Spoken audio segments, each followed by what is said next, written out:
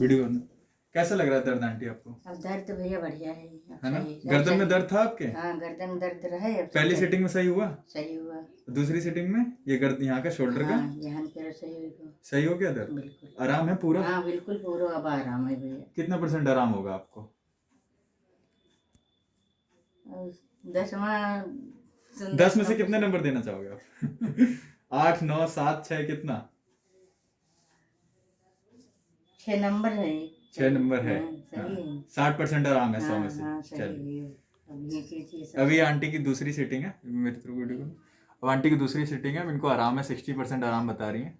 चलिए अभी 3 सिटिंग और लगेगी, है ना? आंटी कितने टाइम से पुराना दर्द है ये? कितना टाइम पुराना दर्द है? ये भैया 1.5-2 सालों की हो गई है। 2 साल से? 2 साल से लेकिन सब यहाँ पर यह दर्द अब वही भी अभी है? हाँ यह तो होती या ऐसे लेटी रहा चारपाई पे, लेटे लेटे पता नहीं रात में का हो जाती और ये एकदम अभी आराम है? हाँ अब तो आराम है भैया।